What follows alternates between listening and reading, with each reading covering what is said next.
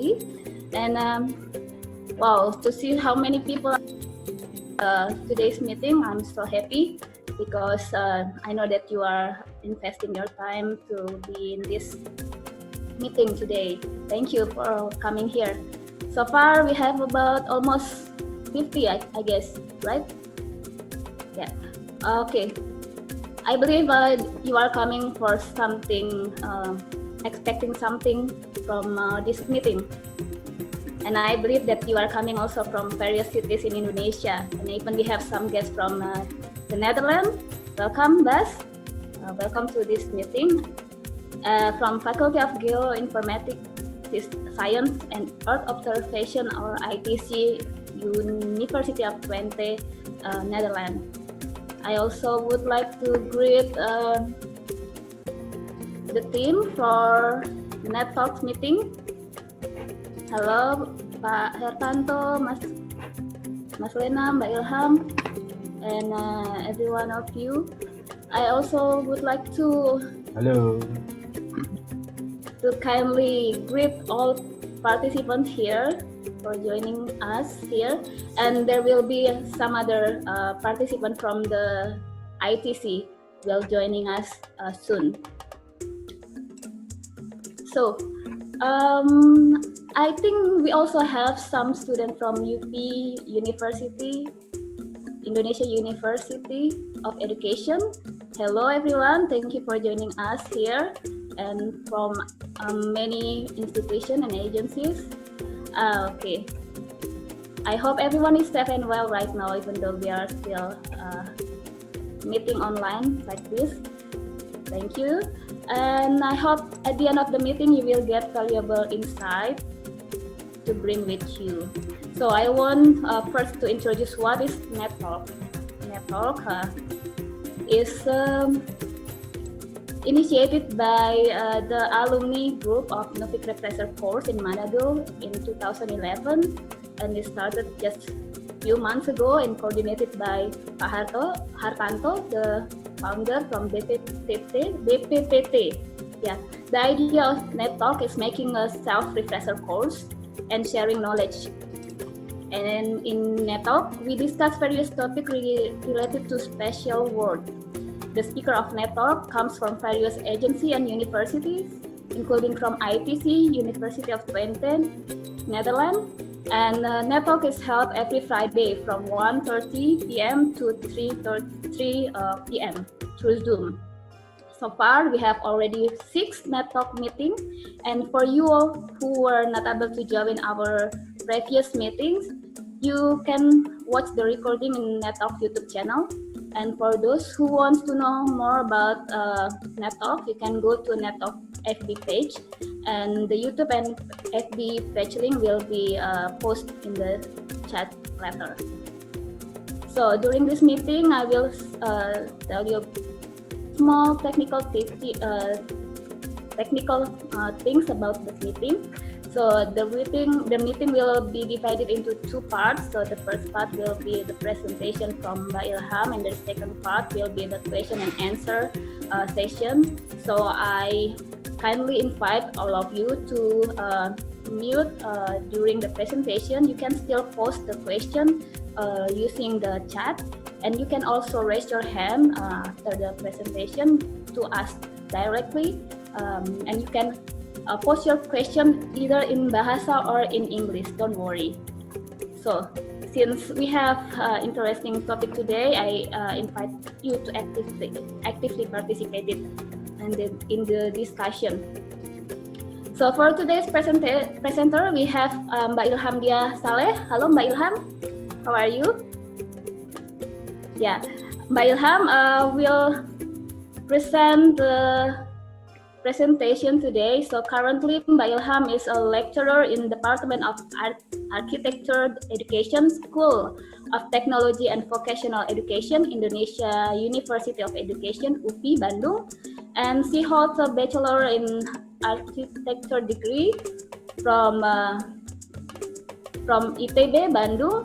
And she holds also 2 master degrees from Master of Engineering in ITB and Master of Science in Urban Planning and Management from ITC University Twente, Netherlands.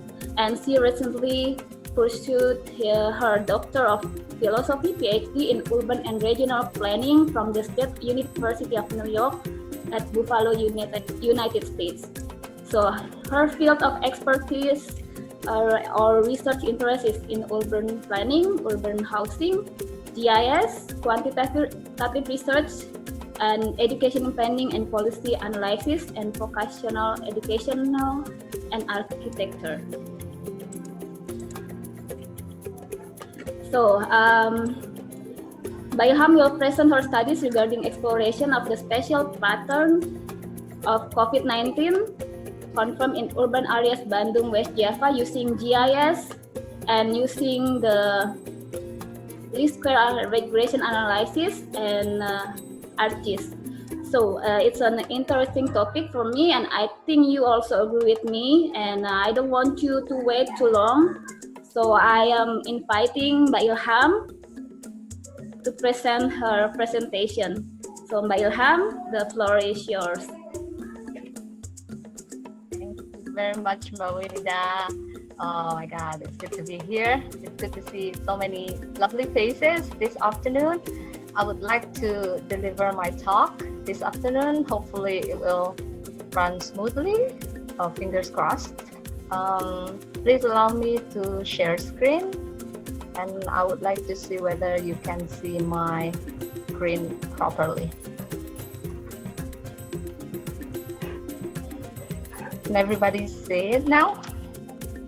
I think it's still going. Yeah, I can see it right now. Perfect. Okay. Thank you very much for the opportunity. Mawinda, thank you very much for the introduction part. So without further ado, I would like to start doing my presentation today. So like Winida mentioned earlier, it's pertinent to COVID-19 pandemic. And I'm going to use GIS spatial analysis to study the spatial pattern of COVID-19 cases in Bandung, West Java, Indonesia. But Winida already mentioned about my educational background and a little bit of my expertise. But here I would like to deliver the talk in much more informal way. I mean, this is an ongoing project, or this is an ongoing research work. So the aim of this presentation will be getting your constructive feedback or discussion pertinent to what I presented in this particular talk this afternoon. So feel free in the discussion session, we can talk and discuss about that. So the structure of my presentation, I would like to start with the introduction. I would also like to introduce a little bit about the method which I use, the exploratory analysis process, the preliminary result, and the discussion.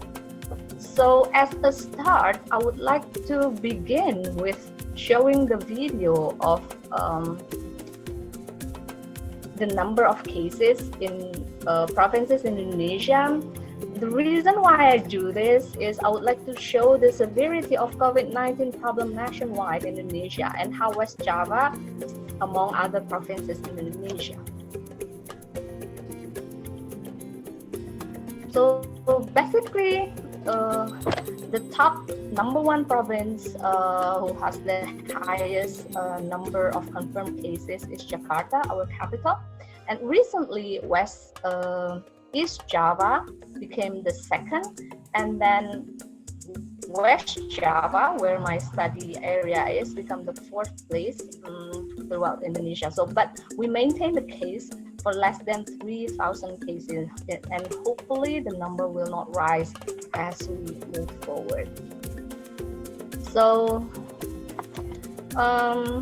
this is Indonesia. And West Java is located just next to our capital, Jakarta, and Bandung is the capital of West Java. In the introductory part, I would like to explain that I began this research, this ongoing research, by simple reasons. The first, as individual, I would like to keep myself abreast and vigilant about the current COVID-19 pandemic situation in Indonesia, in my province, and also in the city. The second is, due to COVID-19 pandemic, all of schools are closed, including all universities in Indonesia. And we have to do work from home. Students have to do school from home. For students who are particularly in their final year, they are shifted from getting the primary data collection, shifted into try to get the secondary data collection. And for students who are in my class, actually the applied statistics class, I try to introduce the secondary data sources as the source of their statistical analysis input. So as a lecturer, I would like to exemplify the utilization of publicly available secondary data to conduct research for my students. And the third background is as a researcher. Well, I have to work from home, and as a researcher, I have to do research even though I'm home. So basically, this is a work on progress I'm currently doing using the publicly available data, and I'm examining the spatial pattern of COVID-19 confirmed cases in Bandung, West Java. And I would like to explore the possible explanatory variables that can explain the spatial variation of COVID-19 cases in Bandung, West Java. So basically, this ongoing research project is derived or motivated by those reasons. So the data sources are coming from the Picobar, Jabar Provinsi, and then also from the Pusikov, bandung.go.id. So basically, those governmental institutions are generous enough to publish their data on their website, and people can retrieve the data from their website. In their website, they visualize the data, like the cumulative data or the daily new confirmed cases, and we can follow their updates every day, and we can also try to project that ourselves if we retrieve the data. So basically, they give the data, cumulative data or the daily confirmed cases, and they give a link. Like we can access their CSV file, their Excel file, or we can also download the API public data. So those are the sources of data that we can, where we can retrieve the data. So basically, we can download the CSV, and we can also download the Excel file. They're also generous enough to give the files pertinent to individual cases of COVID-19 confirmed cases, patient under supervision, and also the people under supervision. But then, after retrieving the data cannot be used directly. We have to do some data cleaning process, some data curation process before we can visualize that. For the data visualization, for the researcher, maybe we can capture the data, retrieve the data, and do this visualization ourselves. But we can do more from that. We can do descriptive data analysis, maybe the tabular data analysis in Excel or in SPSS, or we can do spatial data analysis in the ArcGIS platform. Or we can move forward, like take it to the next level, maybe creating a model or develop a regression model, interpolating based on data, and do forecasting for further forecast of what's going to happen in the future.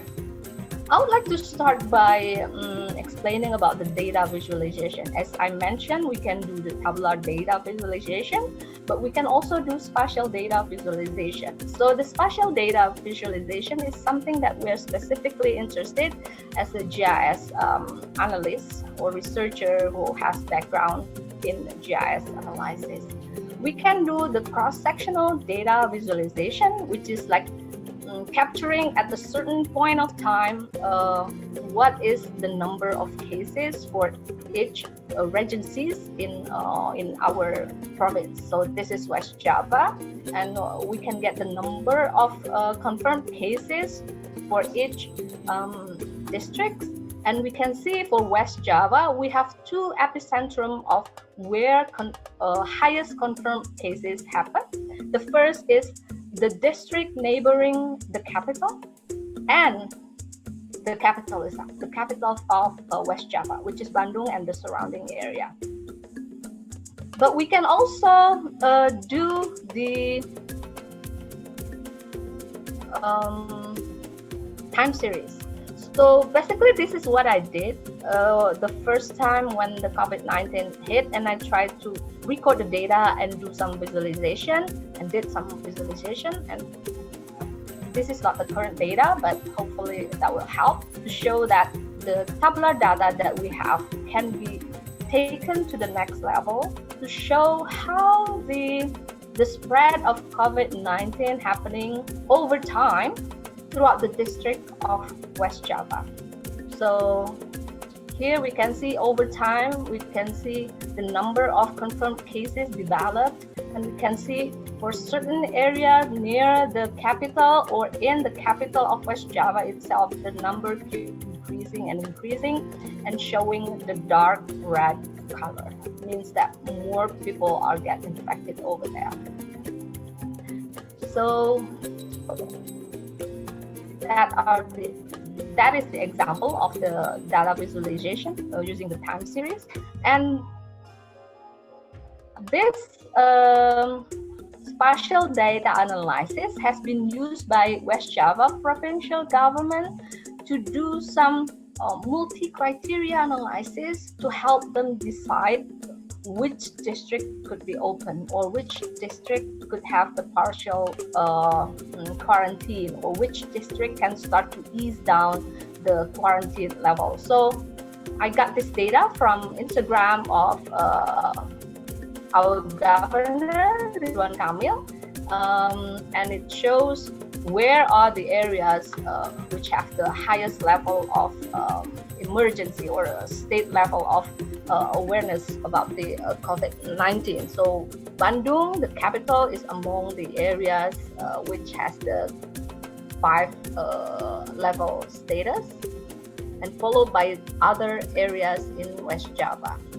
Most area in West Java are in the mid-level, and some are considered as like having lower risk. So it's visualized as green.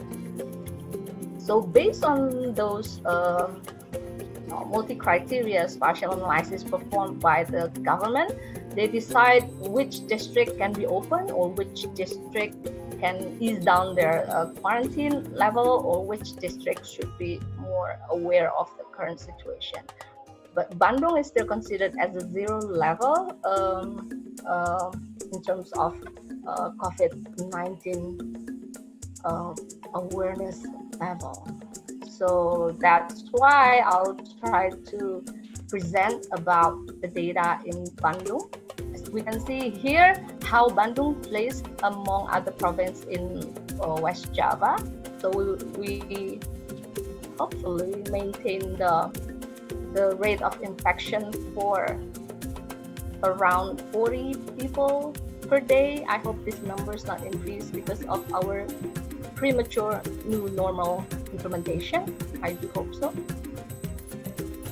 And this is the distribution of confirmed cases along across the sub-districts in Bandung. So the Pusikov visualized the data using the dot, the size of the dot, on top of the density.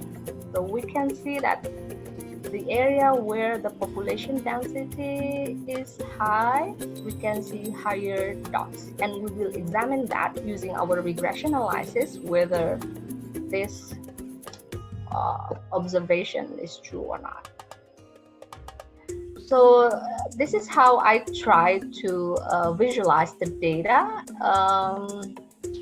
This is the data I came across in 15th of April, and now the number of cases is increasing, but I try to visualize the spatial distribution among the sub-districts of Bandung.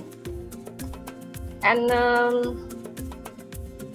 this is also how I try to visualize the distribution, like time series distribution of the cases in Bandung only. So we can see the first sub-district who got confirmed cases is Cicendo in the western part of Bandung. But then the number of adjacent sub-districts increase over time as well. And we can see other part of sub-districts in Bandung become more red, having the shade of reddish color throughout. I map also the patient under supervision, and later I also map the people under supervision. So basically, this helps us to understand the spatial distribution and the severity of this problem. And as an individual, it also informed me where to roam in my city. So basically, as a person, I only roam in my sub-district and neighboring sub-district, because I know that in my sub-district, which is the lowest level of density in Bandung, Indonesia, we have lower number of cases.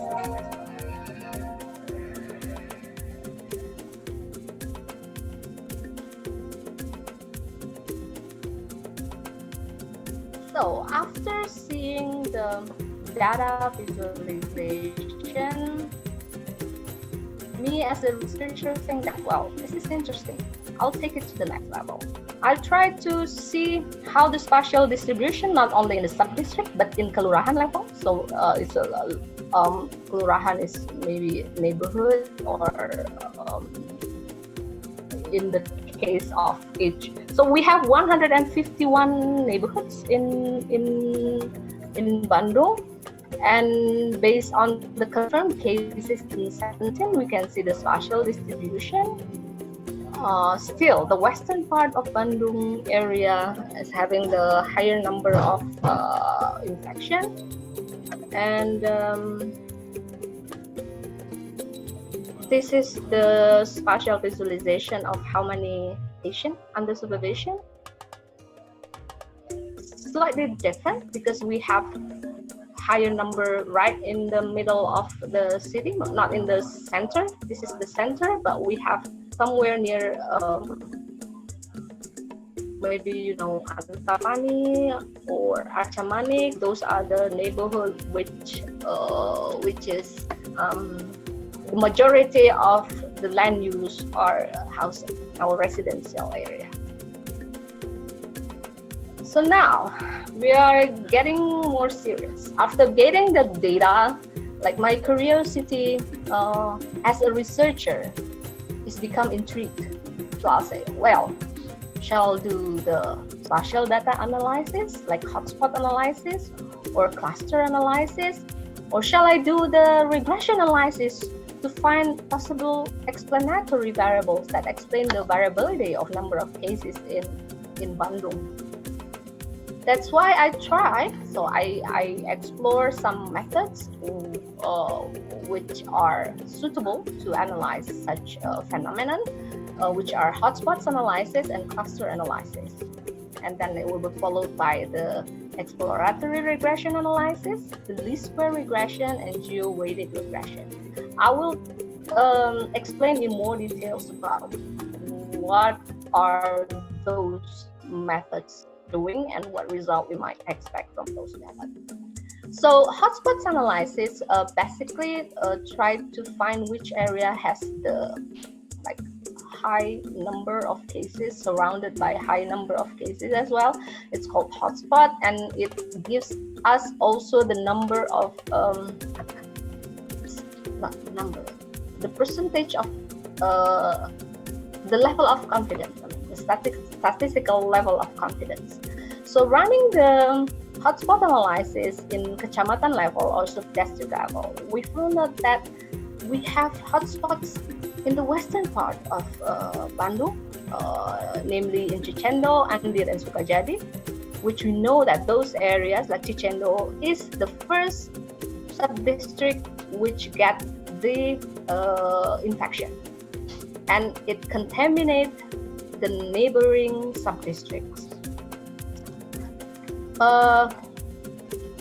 If we delve more details in kelurahan level, we can see that there are also hotspots in those areas, but we can also having the low or the cold spot in the eastern part of Bandung. So basically, I live in the eastern part of Bandung. So knowing that the eastern part of Bandung is the cold spot in terms of number of cases, that would give me like a reassurance that, okay, if I want to go around my neighborhood, I should go to this sub-district or this kelurahan instead of other kelurahan because the number is significantly lower, or it is considered as hotspot or cold spot.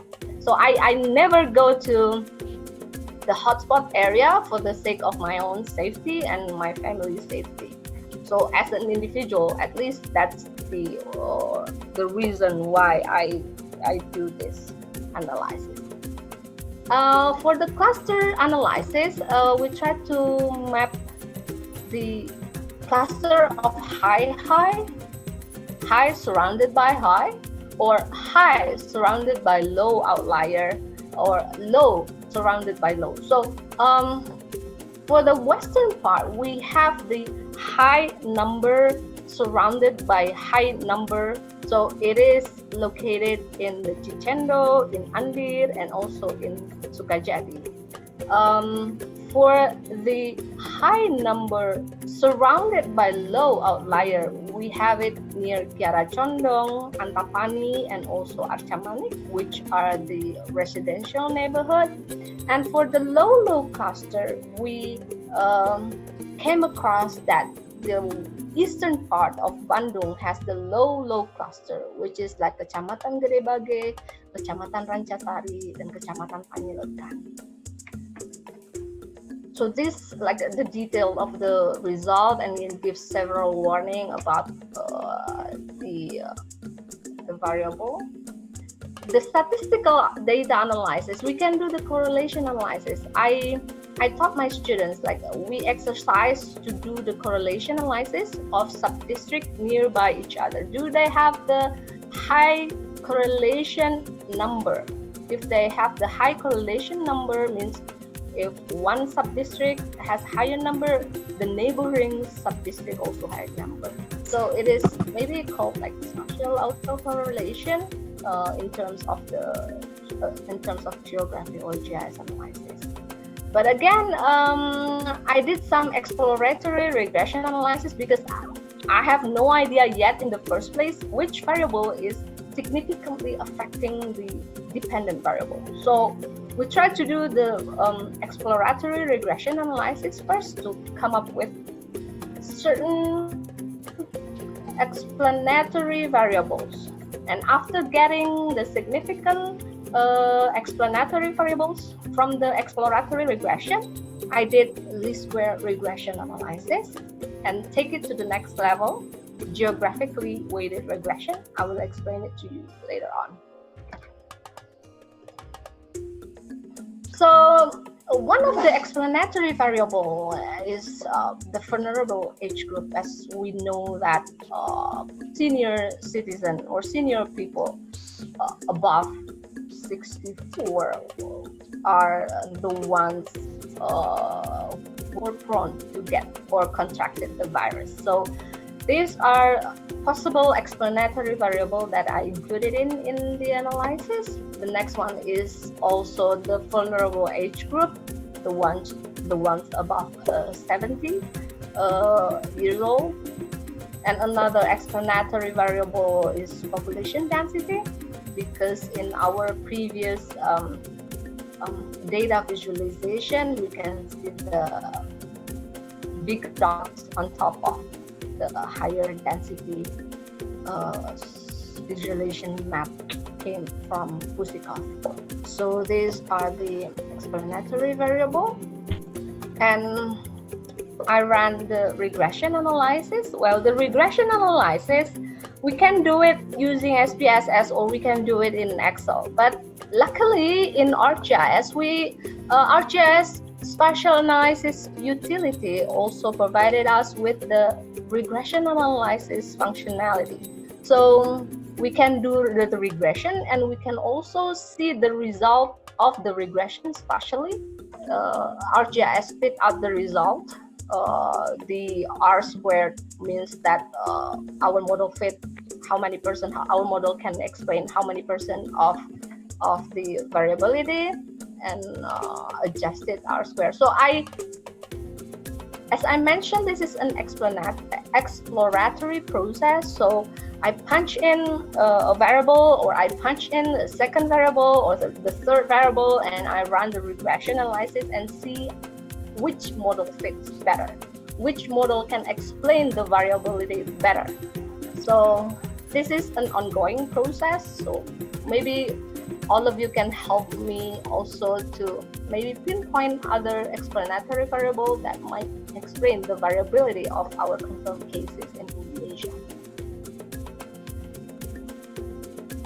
So what next?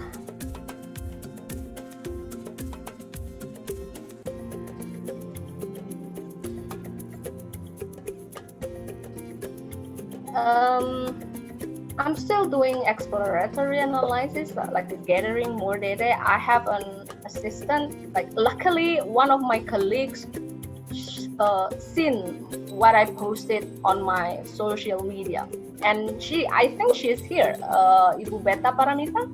She embraced me to join her research project. So this is part of her research project now.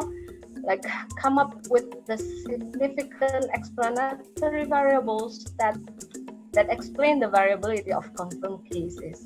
So elaborate recommendation in what to do in densely populated urban areas in Bandung, especially those areas highlighted as a result of our spatial analysis earlier. That's the more stringent discipline or physical distancing or social distancing are needed in those densely populated areas. Do we have more campaign on hygiene way of living? Do we have to pose a partial quarantine to slow down the local transmission rate? Or what is the new normal in the densely populated neighborhood? So we incorporate more variable in urban setting about the climate, about the temperature, to complement the analysis which has been done earlier. So basically the GIS spatial analysis is, we see it from above, but we can also after doing that, we have to delve in more details in the neighborhood level. As an urban researcher, what should we do to eliminate this problem, to ensure the livelihood of inhabitants in urban densely populated area? So these are the visualization of the sub-district which I mentioned earlier, how densely populated they are, just nearby the airport and also the train station. So we discussed why Cicendo is the first sub-district getting the virus, why the number of cases are higher and constantly higher as time goes by. So this is an ongoing discussion. And also Kecamatan Sukajadi is next to Cicendo. Kecamatan Andir is also next to Cicendo. But I'm more concerned about Kecamatan Andir because it is more dense. It's denser than Kecamatan Cicendo. Why? Because I live there. I live there throughout my my undergraduate year. So it's very dense.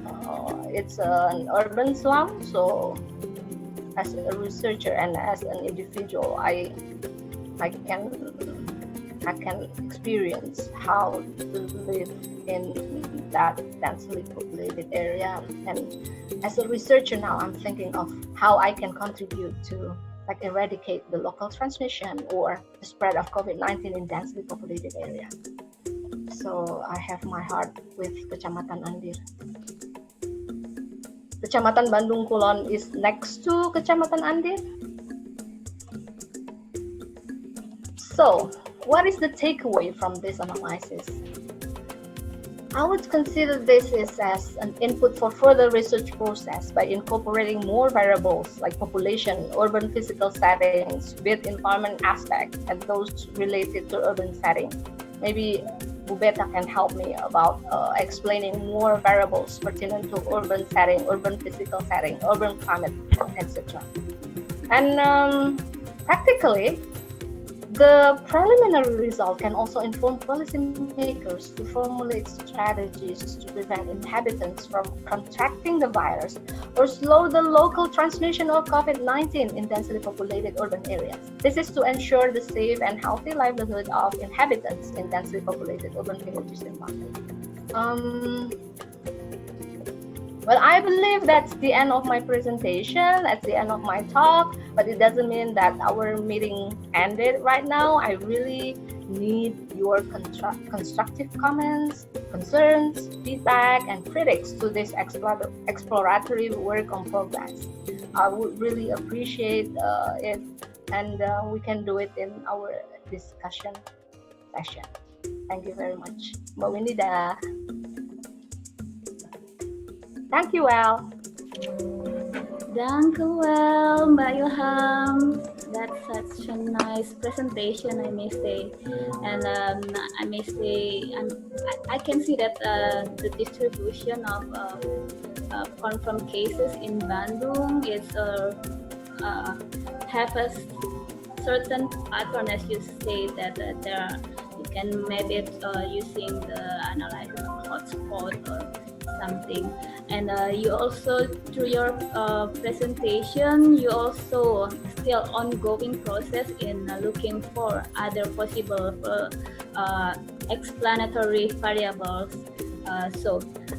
Well, I'm inviting all the audience here to post their question, comments, or input for Mbak Ilham regarding her presentation in our topic right now. It's a very prominent topic right now about COVID-19, especially in the area of Bandung. While we are waiting for the questions from the audience here, I just want to ask.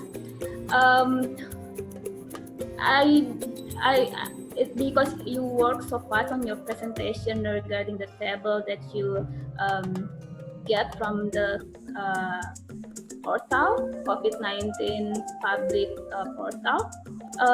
I'm curious, what are other variables that they have besides the location? Do they have the name as well, or maybe age? Yeah, I don't think they have name because it's a very personal information. But besides the location, the age, what are other variables that they have in their data? Yeah, I will try to go back to the slides where what kind of data provided in the website.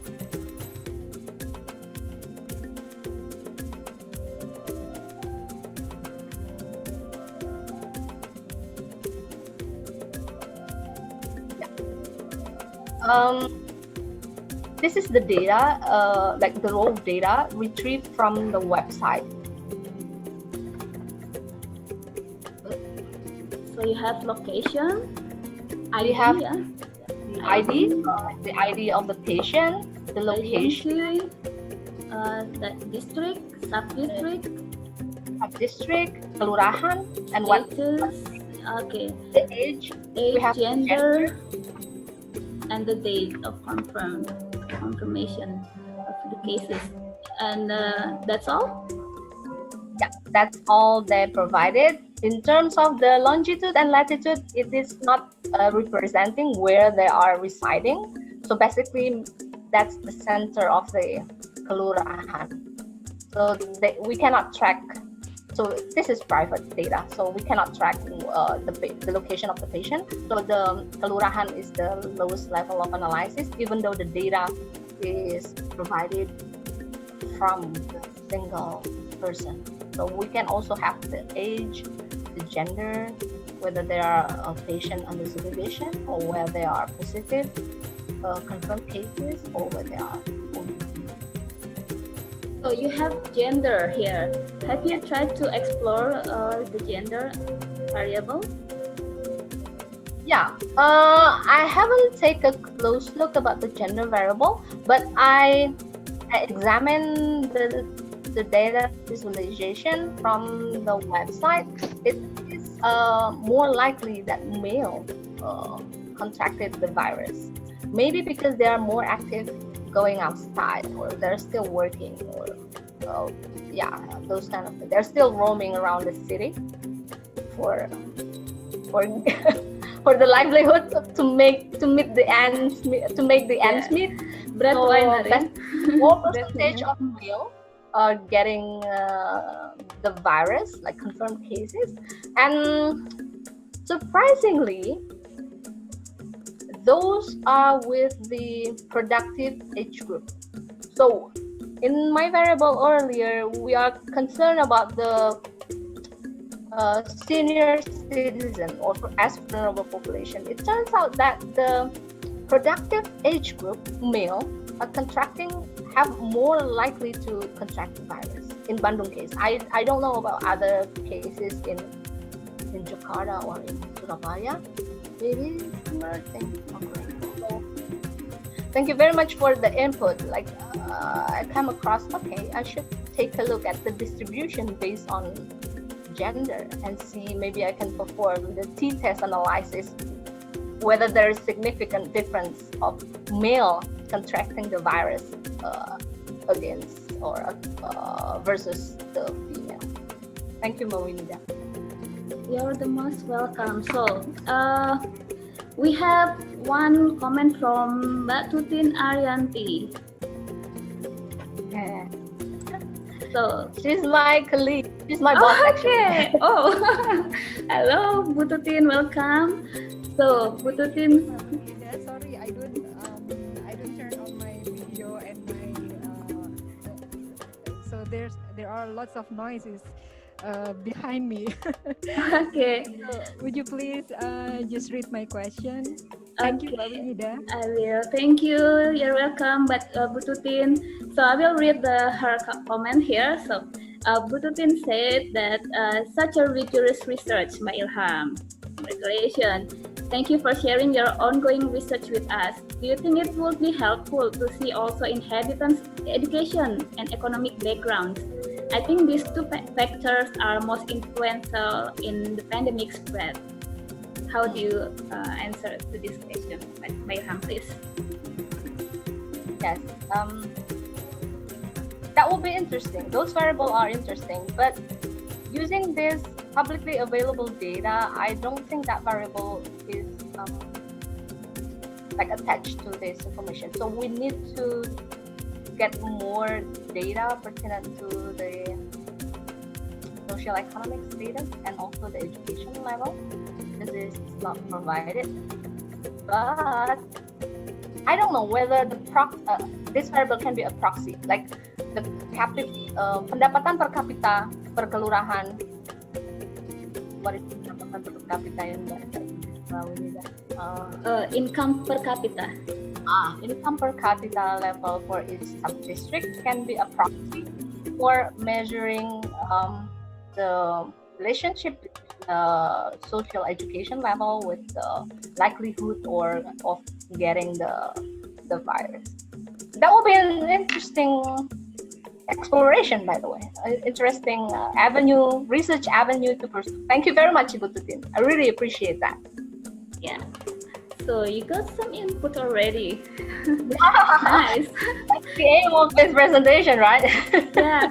So we have also another comment. So I still inviting all of you, participants here, audience. Please post your comments, your input, your question. It will be very nice to hear from you. So I'm reading from Bu Mariana Hanafia. Is she also your college? Oh no, I think she's from Medical Sriwijaya University. Hello from Surabaya is in Sumatra, right? Yeah, in Palembang. Nice. Welcome. So I'm Mariana from Faculty of Medical Sriwijaya University. It's so interesting. So my question is, can we trace the initial location of one of the cases, then which direction to spread? And what background can cause the spread of the virus? My question is, can we trace the initial location? Oh yeah, that's the repetition. So that's the question. Can we trace the initial location of one cases, and then which direction of spreading the virus? Thank you. That's a very good question, I would say.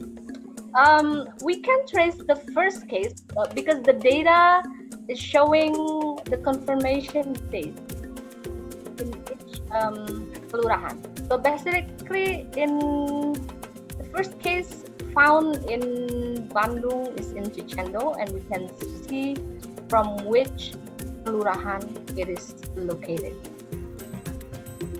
Maybe you can show also. I think you have shown it. Yeah. Maybe you can also show it again to us.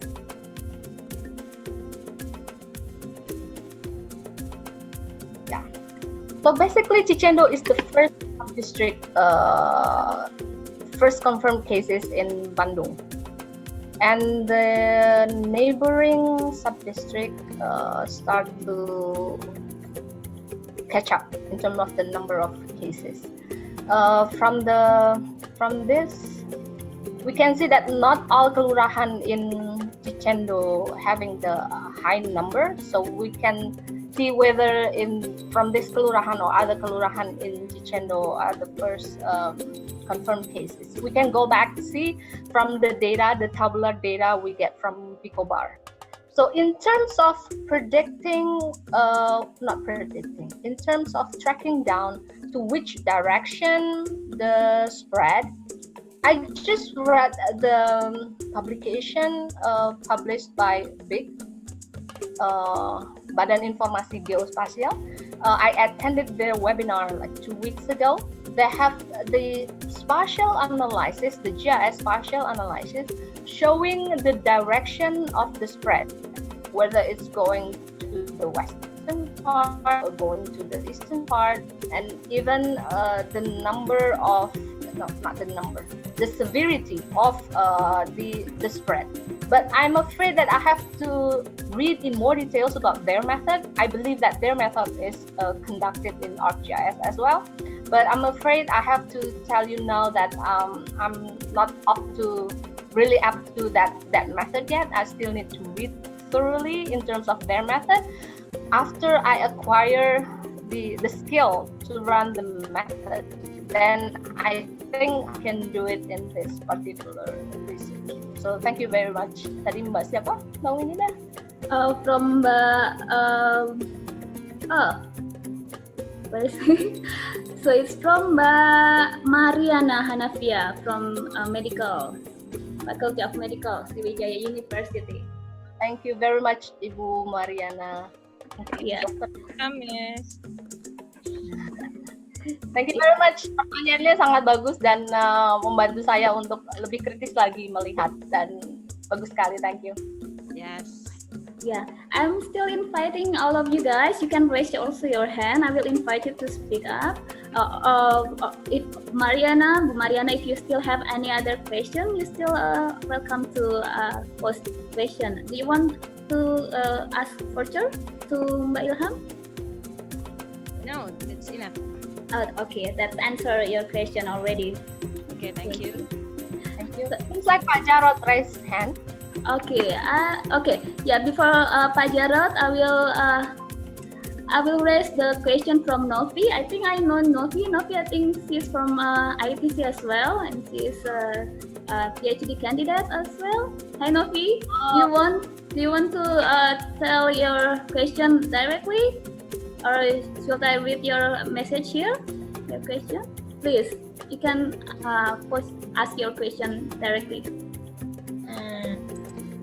Perhaps you can read it. Oh yeah, okay, I will read it. Okay, I will, of course. So I am Novi. I have question. Is it possible most of the person who infected by the virus because most of them use public transport? You know, Bandung is the home of angkot, of public transportation. People is so familiar and very possible to use this angkot to any places in Bandung. If I see from your data, most of the person who get infected is from outside of the city center, such as Kiara Condong, etc. So please, Mbak Ilham. Yeah, thank you very much, Novi. It's a very keen observation relating it to public transport. So, I have a discussion with Ibu Beta Paramita pertinent to public transport role in terms of the confirmed cases. It is interesting that Cicendo is the sub-district where the public transportation has many stations. Like first we have the train station located in Cicendo. The second we have Hussein Sastranegara Airport, which is also located in Cicendo. So we thought that maybe, not maybe, the first case in Bandung brought from outside Bandung through train station or through the airport. So next level, maybe the local transmission could happen in public transport like angkot. Like this is blessing in disguise. We do not have like mass public transport system like in New York City. In New York City, most people contracting the virus most people contracting the virus because they use the public transport system. They use the subway. As we know, in New York City, subway system is very busy, very crowded, and also not very hygienic. But in Bandung, we do not have such underground transport system. We have busway, we have angkot. Oh, what is angkot in Indonesia? In bahasa Indonesia. So maybe that. But getting the data of the utilization of public transport and relating it to this particular research is a bit tricky. But I will try to delve in more details about that. Next week, I'm gonna participate in Masyarakat Transportasi Indonesia webinar, where they are concerned about the public transport system and how public transport system play role in terms of COVID-19 spread, or how public transport system can eliminate the local transmission of COVID-19.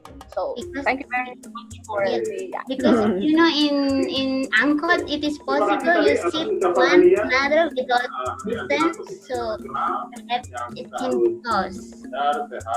Very true. I will raise that question in the Masyarakat Transportasi Indonesia webinar next week. Thank you very much. Thank you. Thank you, Mbak Ilham. Thank you, Mbak Novi. I hope it answered your question. Yeah. So I will go to Bapak Jarod. Bapak Jarod, please. You have raised your hand, so I will give the floor to you to ask directly to Mbak Ilham, please. Okay. Thank you for the opportunity, Mbak Winida. So, Mbak Ilham, thank you for the great presentation about Bandung case. So, first of all, probably I would like to give a suggestion on how to visualize the the COVID case in the Bandung area. Probably you should consider to make a ratio between the positive case with the number of population, or what we call prevalence value.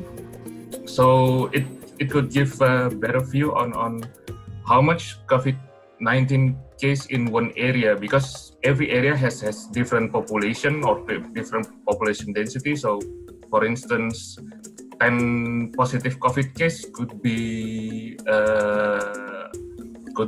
could become smaller in a high population area, but 10 COVID case in a small population area is very big case in one area. So that probably could give a better picture on the maps that show which area have more bigger higher COVID case to visualize. So that's number one. That's got to be for your considering.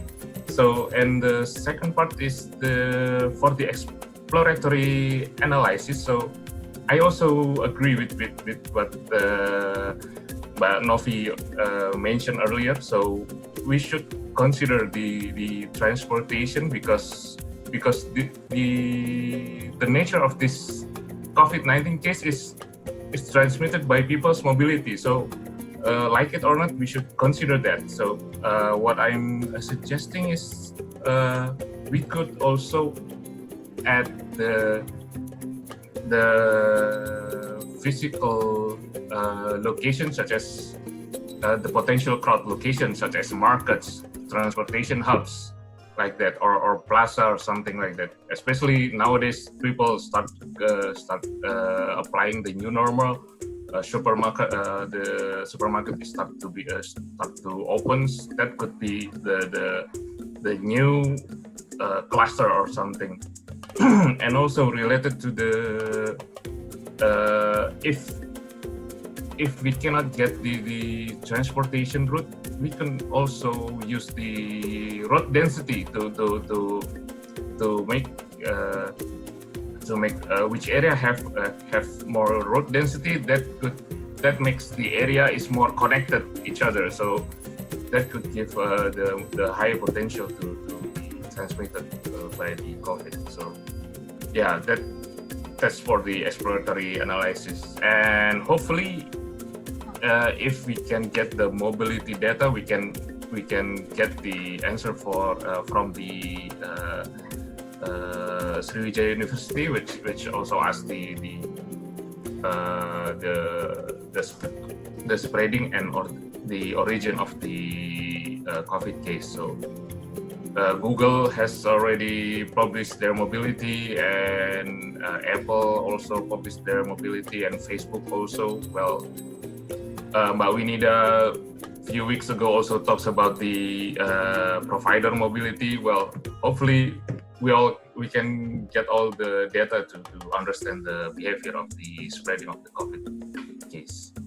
Yeah, I think that's all for me, from me, Mbak Winida and Mbak Ilham. Thank you. Thank you so much. That's such a nice input and comment, right, Mbak Ilham? So do you want to respond to this, please, Mbak Ilham? Yeah, I'd like to respond to the input from Mas Jarod Samadi. That's why I like this kind of discussion or sharing session, because you can see what I cannot see. So I really appreciate the feedback pertinent to visualize the confirmed cases number relative to the number of population, or relative to the population density. That will highlight in more details about the severity of the problem.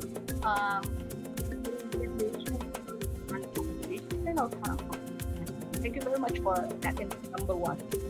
Yeah, basically, because this is what the Netherlands did to visualize their case. So yeah, that's why I tried to compare it with that. Okay, thank you very much. I will delve into more details how Holland visualized their infection number or confirmed cases number. Thank you very much for highlighting that particular topic.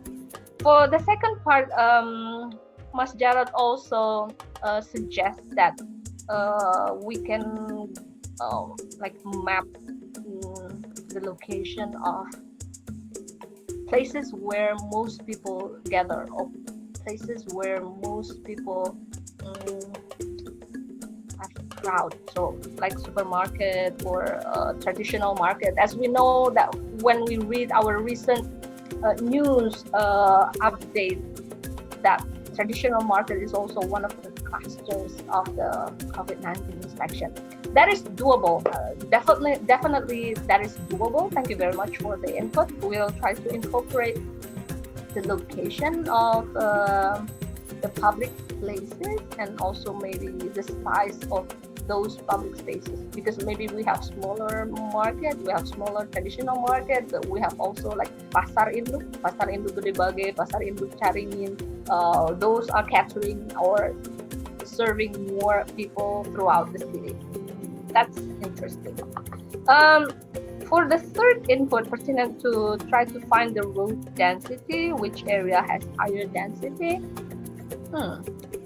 That will be also interesting, but let me see whether I can elaborate in more details about the road network data and see the hierarchy and find the density of the road network.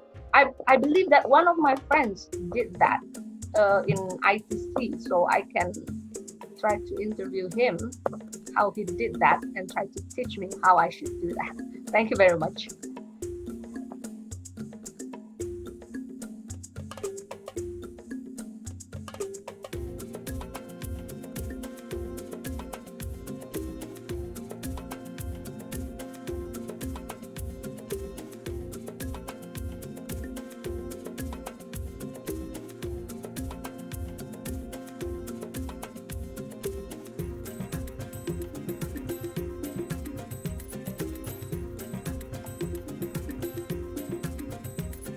I say something? Yes, of course. Is that Jorian or? Me? Yeah. Thank you very much Yes, for please, your Jorian. Yeah. thank you for your presentation. As you might see, I'm really live in ITC at the moment. For the first time in 3 months, I'm here preparing graduation gifts, because in a couple of weeks the next batch will graduate. So I combined, that's why I was tuned in a little bit later, because I wasn't allowed in the building before 8:30. But I'm here, I'm in the restaurant, I just had a coffee, so it really feels good. Thank you for your amazing presentation. It's a hot topic. As we can see, we had even over 80 participants in this session. So to you, a lot of respect. It was really interesting. Maybe some of you are following the news here in the Netherlands, and as of this week, the measurements for the COVID is getting looser. We were in the so-called intelligent lockdown. Ivan is missing the coffee. Well, the coffee isn't that good. But slowly we're getting out of the lockdown, and people are slowly allowed to do a little bit more, though they are calculating how many people I can infect, for example, and if that number stays under the 1, the measurements will keep on getting wider and wider, though if the virus will go up again, they will of course start locking down stuff again. So slowly public life is starting, cafes are opening, the building here is opening. So yeah, I hope for you guys as well this will happen in some time, because it's nice to be at home, but it's even nicer to be among your friends, your colleagues, and your everyone around you, because we need it. And so I think your presentation really hit the spot at the current situation. So well done. And I will show the coffee machine in a bit. So thank you. Thank you, Julian. So for those who are missing ITC, ETC, and also the coffee machine, Julian is showing the machine right now. Yeah, thank you, Julian. Wow, is it still working after a few months? It's still working. Okay, nice. I don't have my card. Oh, you don't have your card anymore. Wait, and I walk. You will know this as well. Go get my card. Oh, that's Wow. nice. Missing that place so much. Summer already, yeah? Oh, It's summer. It's really. yeah. So for those who are not knowing, ITC is in Enschede. It has it is in the campus in Enschede. So this is the garden in the middle of the building, right, Jerian? Yes, the Yeah, yeah. People are usually gathering here and enjoy the scenery and also the air. Nice. building. Look, we even have some students working hard here. Ah, Hi, Alumni from Indonesia. greeting from Indonesia. hi. Yeah. We still have students working here. So, all right, that's a short tour of the building. Thank you. I can see the Indonesian corner there. Behind you is Indonesian corner over there. Over there. There's always there So Indonesian. Indonesian students are usually gathering over there. Yes. Okay, so maybe I wasn't part of the group then. Okay, thank you, Jerian, for the short tour and also the comment. So, Mbak Ilham, is there anything that you want to respond from Jerian? Thank you very much, Yurian. You bring back good old memories. The coffee machine. Like I always take the coffee from the third floor, and I really looking forward to coffee break time. And the restaurant is among the favorite places we had in today, where Indonesian students met. Indonesian corner. Yay! Thank you, Yurian. Okay, then I will go to. I think I saw someone raise or make a sign. There is Pak Hartanto could help me who raised. Reno Tiara. Yeah. So I'm inviting Reno Tiara. Please, you can say, you can ask any other question to Mbak Ilham, please. Thank you for the presentation. My name is Reno from Educational University of Indonesia. I want to ask something. Well, I see that the number of infected people still increasing, but we know that we will do the new normal. So if on the next semester we study normally with the new normal and the new health protocol, we follow the health protocol. So is there any possibility if the number of infected people will increasing again significantly? I mean, if we go back to normal life. Thank you. Thank you very much, Reno. Reno is one of my diligent students. She always pay attention to my lecture. So whenever I stumble when I explain something, I look to her and find some new motivation how to proceed. So thank you very much, Reno Tiara. I really miss you in campus. So I was in campus this morning. I know that how students miss campus, how students miss interact with other students in campus. Yeah, we will soon implement the new normal life. Like still we have to consider the health safety protocol.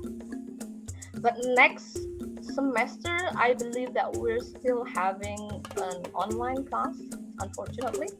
But this difficult decision has to be made because the safety and the health of our students is the utmost important aspect we need to consider. So we develop better, or we improve from our previous semester. We know that we abruptly shift from the offline classes face-to-face meeting abruptly shift into the online meeting, and it is very uncomfortable for students and also for the teacher as well, for the lecturer as well. But for the next semester, during this summer, all of the lecturers are getting the training to deliver in more in a better way of how to deliver the online classes for the students, so that the students do not get frustrated, and also the teacher as well not getting frustrated how the teaching materials are not delivered as the teacher wanted to be, or as effective as the face-to-face meeting. About the possibility of the increasing of the confirmed cases whenever we implement the new normal life. Well, there's always possibility of the increasing cases if we are not disciplined enough to maintain our social distance or physical distance to each other. And we know that campus, it's difficult for us to arrange a campus setting which has safe physical distance. You know, our studio is packed. You know, our class is packed. So we need to consider, with the consideration of the healthy and safety of our students, we have to shift some of our curriculum so that it is delivered online. So the studio will be delivered, or studio or practicum will be delivered in the semester after, or after January. So the possibility of the COVID-19 spread hopefully already subside. That's the hint I can give to my students. I know that it's not been discussed publicly yet in our group, but I think that's the hint I have from the discussion from the decision makers in our university. I hope that answered the question, Reno. I miss you, by the way. I miss my students here. Thank you very much for participating. Thank you so much. So thank you so much, Reno, for the, I think it's really good question regarding the application of new normal. So everyone has to change, right, by Ilham. So I don't see any question, any other question. You still can post your question first. So I would like to invite maybe Bas Ratius, if you want to post any question regarding the presentation, the spatial analysis or the input, please. Oh, well, I enjoyed the presentation, but of course I don't have any questions, but what it occurred to me is that it is indeed still increasing there. It is not decreasing anywhere yet. Is that correct? The COVID-19 is still increasing in Indonesia. Yes. In general, in the national number, yes. But I don't know in the more detail. Maybe Mbak Ilham, you know more? The level in Indonesia is still in the high. Like, we are not having a slow down rate of infection yet. Like for the past week, we have more than 1,000 number of new cases every day throughout the nation. That's very sad to hear. But in my city, particularly, in my city and my province, I think the local government has done a good job in terms of slowing down the rate of infection. We are the most populated city, the most populated province, maybe the second most populated city in Indonesia. But in terms of the rate of infection, in terms of the number of new cases every day, we maintain at the number of 30 and 40 a day. So I think that's the best thing that we can do, and we try to improve that time. It's sad to see how the number of cases in other provinces is on the high, keep rising, such as in Jakarta and in Surabaya, East Java. We have our friend from East Java, Mas Tony Widianto over there. Maybe he can also make a comment regarding to how the number of cases in Surabaya, in East Java, and how the number of cases is not homogeneous. It's not the same throughout the district. So we have district which has 0 or which have only 1 or 2 infections per day, but nationwide we still have like 100 new cases.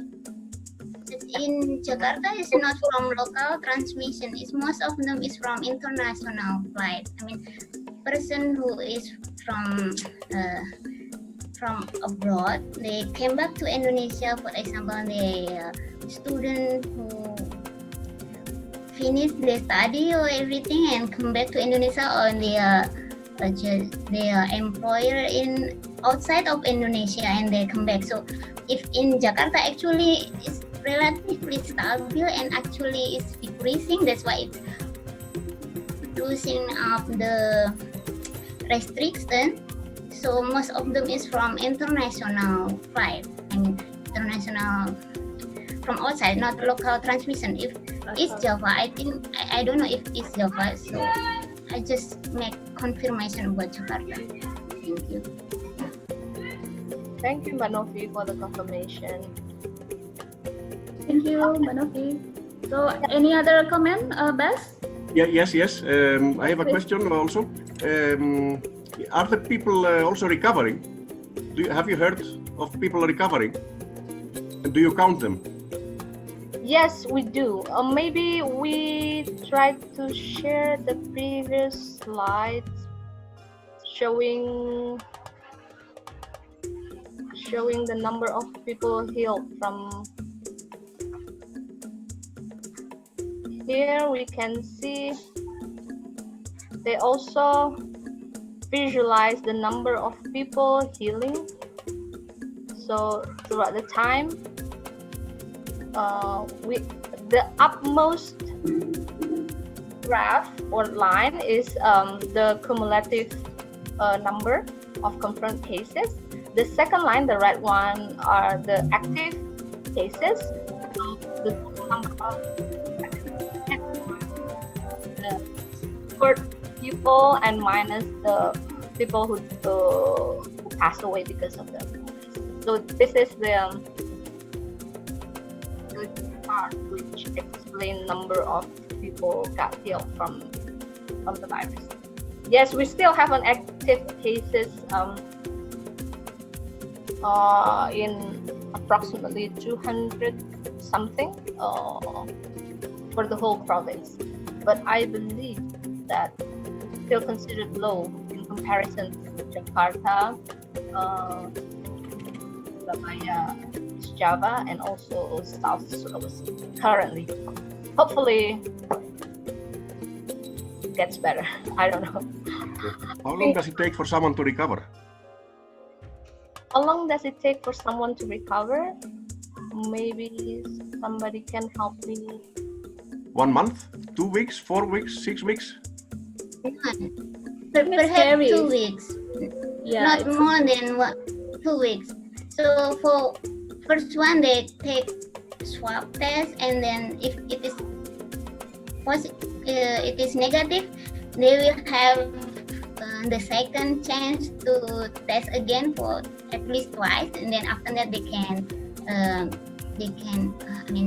go out from hospital. I mean, not under treatment anymore.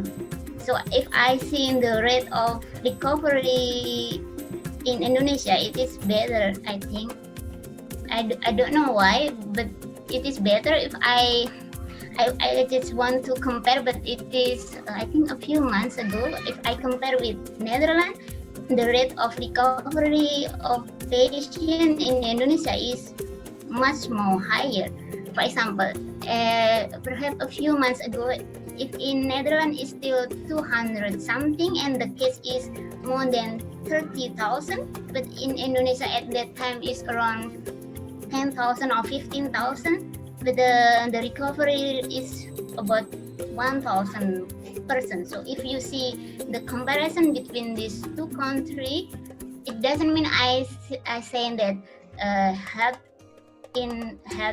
service in Netherlands is bad. No. I just saying that the comparison for the recovery is in Indonesia is better. Perhaps also we have another influence, like if we have a cold in Netherlands, it takes longer time to recover, right? If in Indonesia you just take 3 days and then you recover, perhaps because of that kind of case, so the recovery rate in Indonesia is higher than in Netherlands. Thank you, Mbak Novi. So, Bas, any Yes, other thank you. So that means if I get sick, I need about 2 weeks to recover. Interesting. If you get sick, you can come to Indonesia and recover faster. Yes. I think. Yeah. Yeah, I think I just add notes that actually that it's vary between patient between the cases, the recovering time. The longest one that I just read the news last week is they have the longest one, 66 days to recover. The longest one. So I think this is vary, but yeah, roughly that's I think maybe it's a month to recover. Okay, thank you, Pak Iwan, for the confirmation. Can I give a remark for the West Java case? If you can see the slide, for West Java, the active cases chart and the number of people healed or cured is almost the same. So I think reading this chart is good news that the active cases and the number of people got healed or cured after contracting the virus is almost similar. So I think it's good news.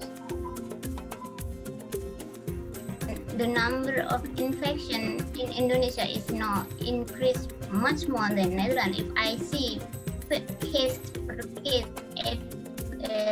perhaps within this week, Netherlands can be only 100 case, 300 case per day, and then Indonesia is 1,000. That's why the recovery rate in Netherlands also increased, because Netherlands has a lot of cases, around 40,000 is since a long time ago, and it's stagnant now. But in Indonesia, it's like it's just the beginning of 40,000. Perhaps only in these 2 weeks is 40,000. That's why the recovery rate between these two countries is almost similar now. You know what I mean? Okay, thank you all. So, wow, we almost reached 3 p.m. We almost reached the end of the discussion. That's a pity. We still have to make another session of this. I think there are so many participants here want to share also and give you any other input. So I also invite you, all of you guys, maybe Mbak Ilham, you can share also your email address if any one of us here want to send other comments or questions regarding the research, the study. And if there are still people who want to post one question, I will give a floor. So from the team, do you want to post the question before I end the session for question and answer? No other question? Okay. So before we close the session, I want to invite Jorian. Jorian will will give us another short tour to ITC building. So maybe some of you are interested to continue your study in the Netherlands, in the ITC. ITC is part of the University of Twente. It's in the border of Netherlands and Germany, so you can cross the two countries in a short period of time. Okay, Jorian, please give me another tour. Where do you want me to walk? I can maybe show you one of the classrooms first. One moment. The rule of there. No, Roelof is not here. Roland is here. Yeah. You remember Roland? Look, I just passed him. Hi. From the technical service. Yeah, he's here helping me because otherwise I was not allowed in the building. Okay. Wait, and here, well, instead of Roelof, we have Tom. Hi. He's helping now, so or Roland or Roelof is there for as well, but today Tom is behind the desk. Okay. And of course, the entrance. You all know. Nice. Please tell me if I have to go somewhere. Well, where? I can show the auditorium maybe. Yeah. Yeah, the auditorium, please. The auditorium, all right. Yes, so, please. I can maybe do like this. So while Julian working over there, so ITC is kind of special faculty, right? So before it merged with University of Twente, it's a kind of independent faculty institution. So now since 2010, I guess, merged with the University of Twente. So it's specialized in Earth observation and geoinformatics. So for you who are interested in pursue your study regarding the spatial things, please. So this is the auditorium room. Yeah. Okay, so this is the room where we usually have the international night, right? Yes. And also graduation day. Graduation day. So, classes at the moment, well, of course, now due to COVID, the core modules will be different. But normally, when students start in September, the introduction period is there, and then the first 3 or 4 modules, they're core modules that all students, not depending specialization. So if you're natural resources, urban planning, doesn't matter. All students attend in this room the first core modules, and after those 4 modules, it's spread into specializations into the separate classrooms upstairs. So this is also indeed for the international evening and graduation and all big events. Yeah, I remember the international evening. Yeah. Yeah, that's a nice event every year. Yeah, nice the international. Because Indonesians have to perform. Yes. They always do. With angklung. Angklung sometimes, tari saman. Yeah. Tari saman. Yeah, in my day we tari piring. Yeah, nice. And Julian, how many Indonesian students over there right now at the moment? We have now currently 12. I just looked it up in the who's who. Currently 12, though I'm not sure if they're all here or that they also do partly in external programs. But there are 12 registered. For next year, I'm not sure, as I cannot access yet the database due to they're not students. I'm not allowed to look into the admitted candidates database. So the new students, I'm not sure. And then it's also depending if flights will go, if new students at the moment will be able to enter. Because of course, if they have their scholarship or their paperwork ready, if there are no flights inbound, they're not able to come. So partly it will be online, maybe we will see. So yeah, is there any other place you may want me to go? Yeah, the front building. Oh, the backyard. The backyard. The koi pond. The koi pond. Sorry. Actually, I want to see ITC Hotel. It's so far. ITC Hotel. You stayed in ITC Hotel during your stay. Oh my god. Bang Oi pernah mancing di situ ya? I'm not fishing, but I just wondering during the snowy days what this fish do it snowy days that they are not using any food and they keep running inside the pond. So no, I'm not going inside the pond. Oh, here for the students, you remember these? Yes. Yeah, sure. Nice. Local. Locker. Indeed. Okay. Yeah, well, the staircase, of course. Okay. I have to put it like this, maybe. This building will be missed a lot. Yes, well, there are plans for us to go to the campus. They already decided on a spot, and a new building will be built. Yeah. So we will have to leave this building. Oh, really? In due time. Second floor.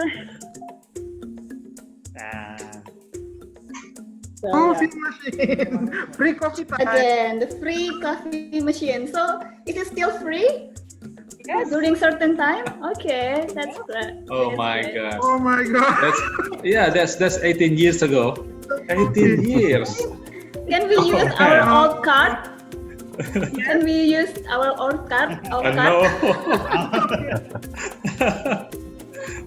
the third floor. No, I think that's enough. Thank you, Jaren. I think you have sound us enough. And if other people here want to see more, they maybe have to apply to come there themselves. You also have a refresher or a short course over there offered by the institution, right? That could be another opportunity for you or all of you who have called to deepen your knowledge in geoinformatics or spatial science. I think this is the last week of NEDtalk to apply for a scholarship for next year. Oh, okay. This week is the last. Check on the Orange Scholarship website. I think the deadline is 30th, so next week, to apply for a scholarship for the academic year 2021. Okay, good information. So if you still have Orange short course or we always do. Yes, you always do. Yes. So what is the website again? Orange Tulip Scholarship program. Orange. I'll put it in the chat. Okay, thank you. We'll wait for that.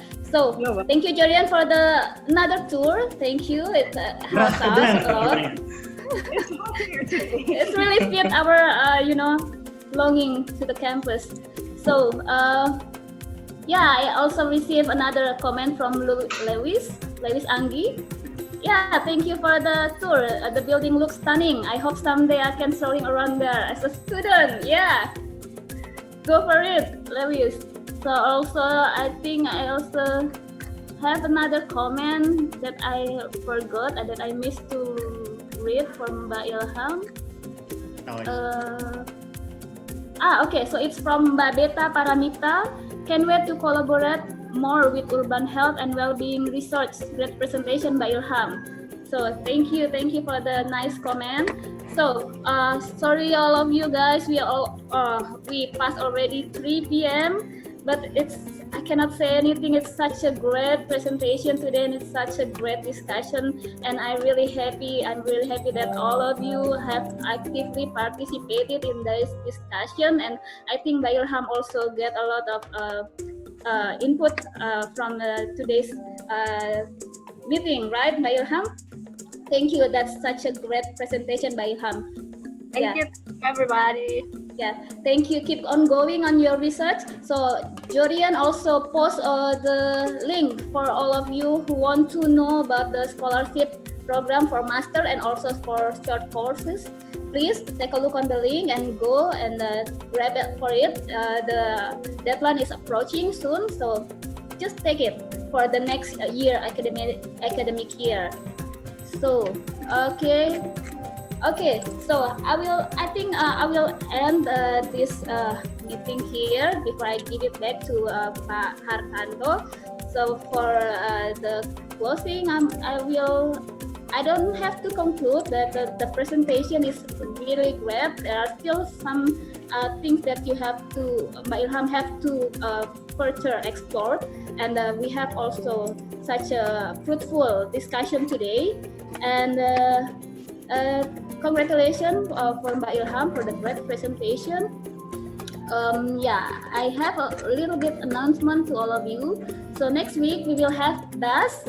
Bas will present next week. So I invite all of you here to come again next week. So we will have the presenter from ITC, and Bas already here with us.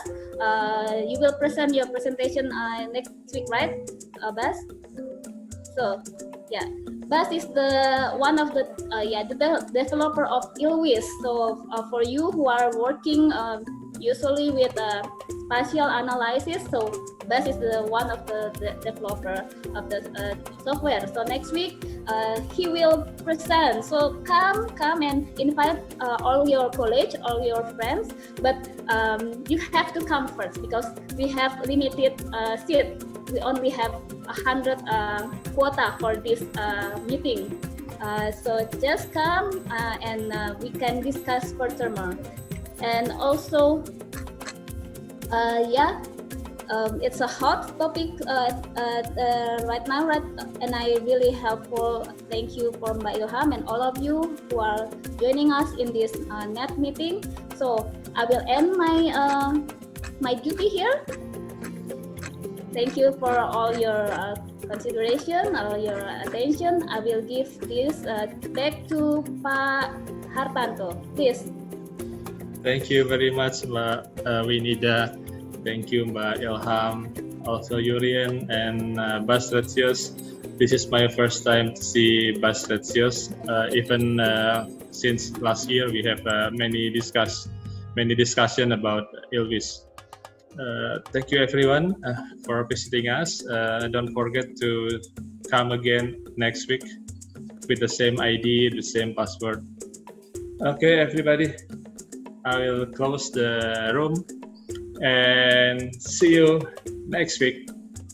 Jorin, thank you very much. Thank you for the building. Thank you, Jorin. Thank you, Jorin. Thank you, Bas. Thank you, Mbak Ilham. Coming to this meeting this afternoon.